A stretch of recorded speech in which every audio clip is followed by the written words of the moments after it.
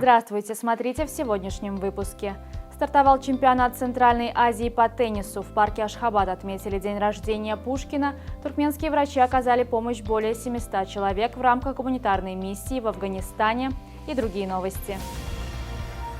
Туркменские врачи, работавшие по распоряжению президента Сердара Бердымухамедова в родильном доме поселка Тургунзи, оказали лечебно-консультативную помощь 473 женщинам и 276 детям.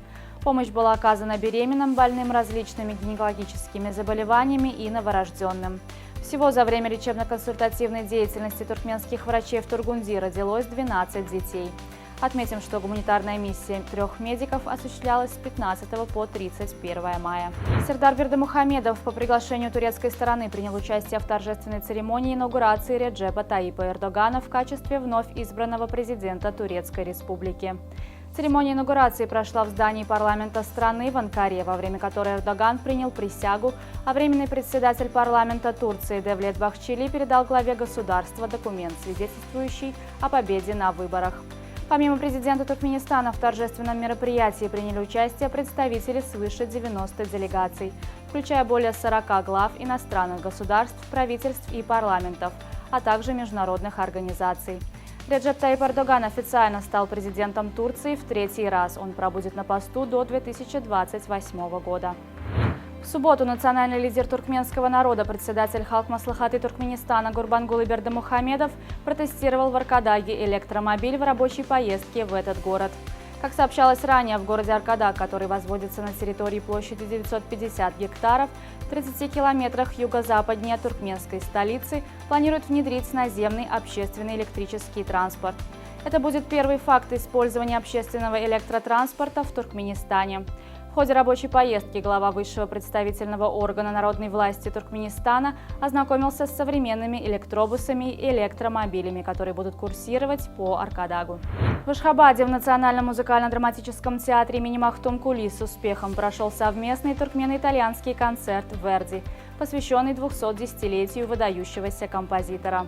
На сцене блистали Государственный симфонический оркестр Туркменистана под управлением Расула Клычева и специально приглашенная гостья, известная итальянская оперная певица Мария Пишителли. Концерт был организован посольством Италии в Туркменистане совместно с Министерством культуры страны.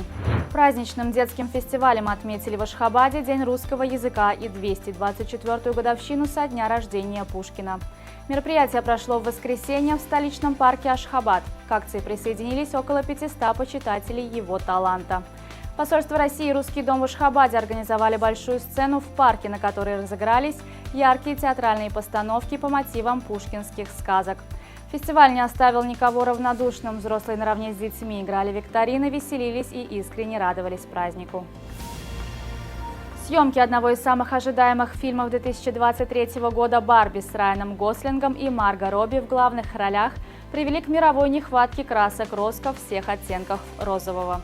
Режиссер Грета Гервиг настояла на том, чтобы все на съемочной площадке было розовым – кукольный домик, мебель, аксессуары и многое другое. Премьера романтической комедии «Барби» состоится 21 июля.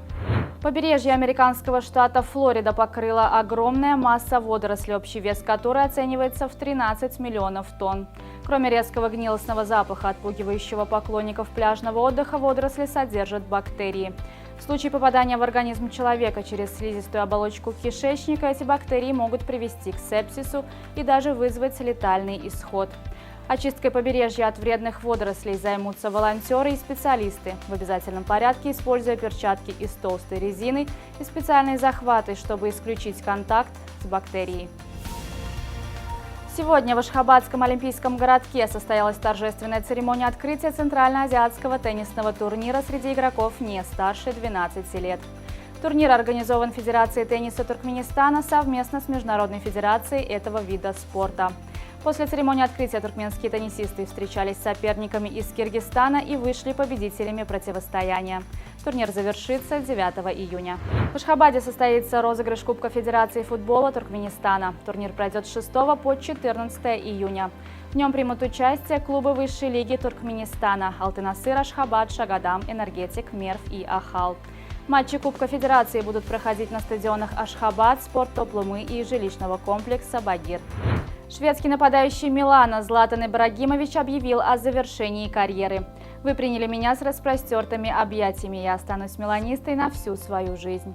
Пришло время попрощаться с футболом, но не с вами», – сказал Ибрагимович после встречи с Вероной. В текущем сезоне на счету Ибрагимовича 4 матча за Милан во всех турнирах, в которых он отметился одним голом, реализовав пенальти. На сегодня это все. Желаю вам хорошего завершения дня. Увидимся завтра. И не забывайте, что Туркменпортал – ваш самый надежный источник новостей.